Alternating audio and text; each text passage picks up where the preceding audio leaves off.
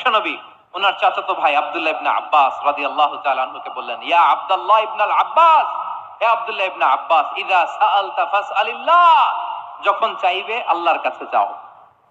ও আব্দুল্লাহ, যখন চাইবা আল্লাহর কাছে চাও। ওয়া ইযা ইসতাআনতা ফাসতাইন বিল্লাহ, যখন সাহায্য চাইবা আল্লাহর কাছে ফরিয়াদ করো।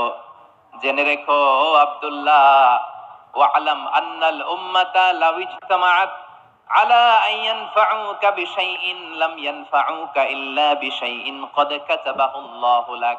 ও আব্দুল্লাহ, জেনে রেখো, মনে রেখো, গোটা বিশ্বের সবাই মিলে যদি তোমার উপকার করতে চায় ততটুকুই তারা করতে পারবে যতটুকু আল্লাহ তোমার নসিবে সেটা লিখে রেখেছে। ঠিক কিনা বলেন?